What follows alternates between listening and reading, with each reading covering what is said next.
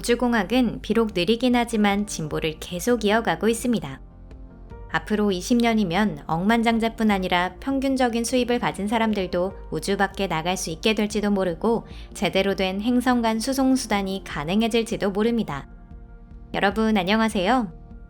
태양계의 달인 천체로 간다면 절대 빼놓을 수 없는 관광지는 어디일까요? 그런 생각을 한 번쯤 해본 적은 없으신가요? 고민하지 않으셔도 괜찮습니다. 이곳은 토픽입니다. 이제부터 그것에 대해 자세히 소개해드리도록 하겠습니다. 그럼 바로 시작할게요.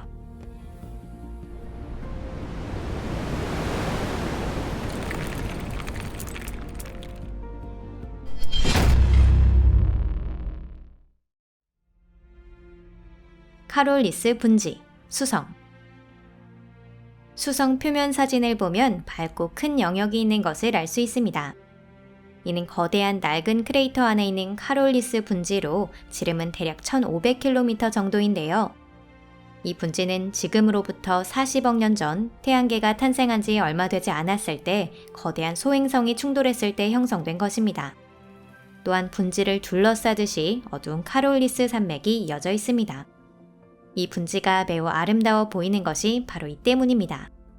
중앙에는 판테온 지구대라고 불리는 독특한 구조를 띠고 있는데요. 이는 아폴로도로스 크레이터에서 방사상으로 뻗어나간 거의 직선으로 된 긴 균열입니다. 수성은 태양 주위를 1회 공전하는 동안 1.5회 자전합니다.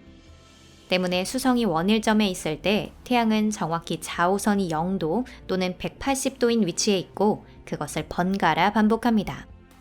카롤리스 분지는 경도 180도 위치에 있기 때문에 수성이 근일점에 올 때 수성 시간으로 2년에 한 번 태양이 바로 위에 매달려 있는 상태가 됩니다. 그 멋진 광경을 상상해 보세요.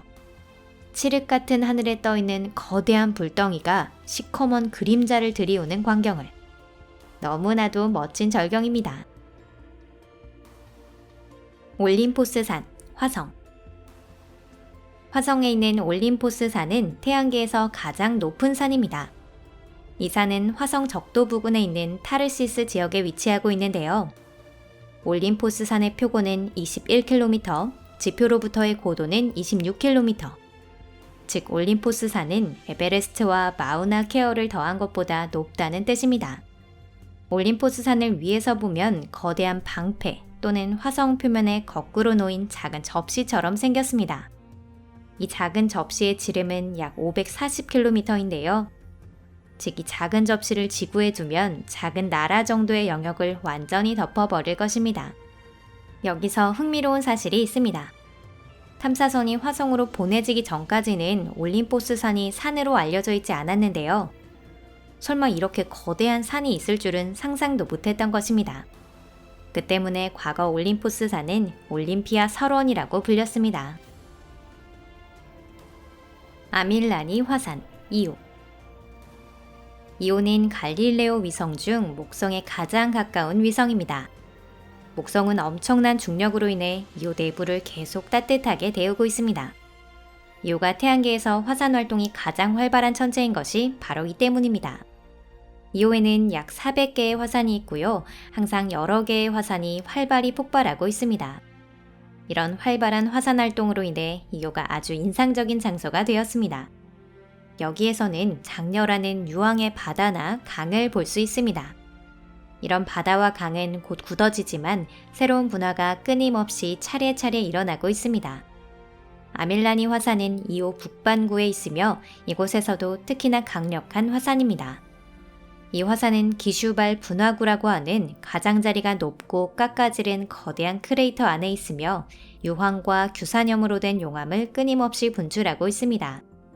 탐사기 갈릴레오가 관측한 분화는 5개월 동안 620평방킬로미터에 걸쳐 용암이 유출되어 주변 일대가 들끓는 유황의 바다로 변해버렸습니다.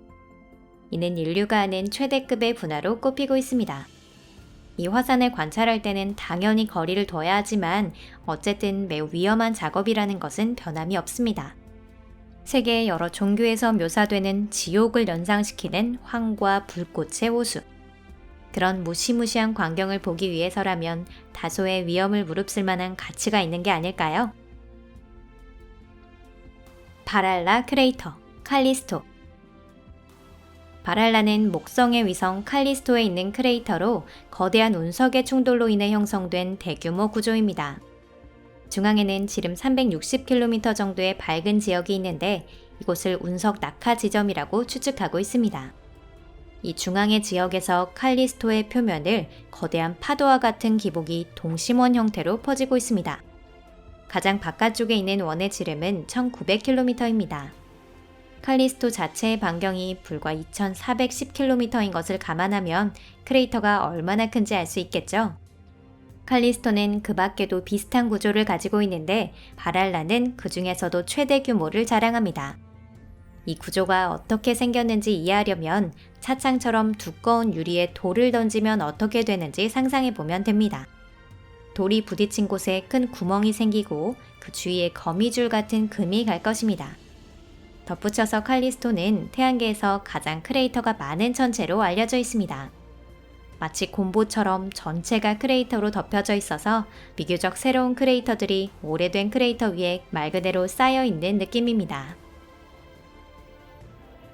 크라켄의 타이탄. 타이탄은 특징이 다채로운 천체라 이전 저희 채널에서도 개별 동영상을 제작한 적이 있는데요. 무엇보다 타이탄은 현 시점에서 지구 이외에 제대로 된 수권을 가진 태양계의 유일한 천체입니다. 다만 수권이라고 하는 것이 조금 어폐가 있을지도 모르지만요. 타이탄의 강이나 바다로 흘러가는 것은 물이 아니라 메탄이나 에탄 같은 액체의 탄화수소이기 때문입니다. 타이탄의 온도는 매우 낮아 평균 온도가 영하 179.5도 정도밖에 되지 않습니다. 이는 남극 대륙에 있는 보스토크 기지의 2배나 되는 추위입니다. 이런 온도에서는 메탄, 에탄, 프로판, 기타 가스가 응축되어 타이탄의 지표로 비처럼 쏟아집니다. 여기서부터 수권이 만들어지는 것입니다. 타이탄에서 발견된 수역 중 가장 큰 것은 북반구에 있는 크라켄 해인데요. 그 크기는 지구의 카스피해보다 넓습니다. 크라켄에는 리게이아 해라는 다른 큰 수역과 트레비즈 해협으로 연결되어 있습니다. 어느 해안선도 스칸디나비아의 피오르드처럼 매우 복잡하게 얽혀 있습니다. 타이탄의 오렌지색 하늘 아래 갈색 황야 위로 어른거리는 어두운 액체. 실제로 본다면 분명 잊을 수 없는 광경이 될 것입니다. 허셜 크레이터, 미마스. 토성의 또 다른 위성 미마스는 먼저 겉모습에 특징이 있습니다. 그 모습은 마치 스타워즈의 데스스타를 재현한 것 같은데요. 여러분도 미마스를 보고 머릿속에 그 유명한 영화의 멜로디가 흘러나오진 않으셨나요? 미마스가 데스스타를 방불케 하는 것은 표면에 있는 가장 큰 구조인 허셜 크레이터에서 비롯되었습니다. 다만 루카스 감독이 영화를 촬영했을 당시 미마스의 외관에서 영감을 얻기란 불가능했습니다. 이 작은 위성을 찍은 사진 안에 이 크레이터가 선명하게 포착된 것은 1980년 보이저 1호가 처음이기 때문입니다. 허셜 크레이터는 충돌 크레이터로 미마스의 대형 소행성이 낙하했을 때 형성되었습니다. 이 충돌로 인해 하마터면 산산조각 날 정도의 충격을 받았는데요. 그 충격으로 미마스의 반대편에 거대한 균열이 생겼을 정도입니다. 허셜 크레이터의 지름은 135km, 깊이는 최대 10km에 이릅니다. 미마스 자체의 지름은 400km가 조금 넘는데 그렇다면 이 표면에 가장 눈에 띄는 지형을 남긴 소행성은 어느 정도의 크기였을까요? 아마 공룡을 멸종시킨 소행성만 하지 않았을까요? 오늘 영상은 여기까지입니다. 끝까지 시청해주셔서 감사합니다. 태양계에는 아직도 많은 불가사의가 숨겨져 있습니다. 이 영상이 마음에 드신다면 관련된 볼거리를 소개하는 영상 속편을 제작할게요. 새로운 영상을 놓치지 않도록 채널 구독을 눌러주세요. 좋아요와 SNS 공유도 부탁드립니다. 여러분의 응원이 저에게 큰 힘이 됩니다. 그럼 다음 영상에서 뵐게요. 안녕히 계세요.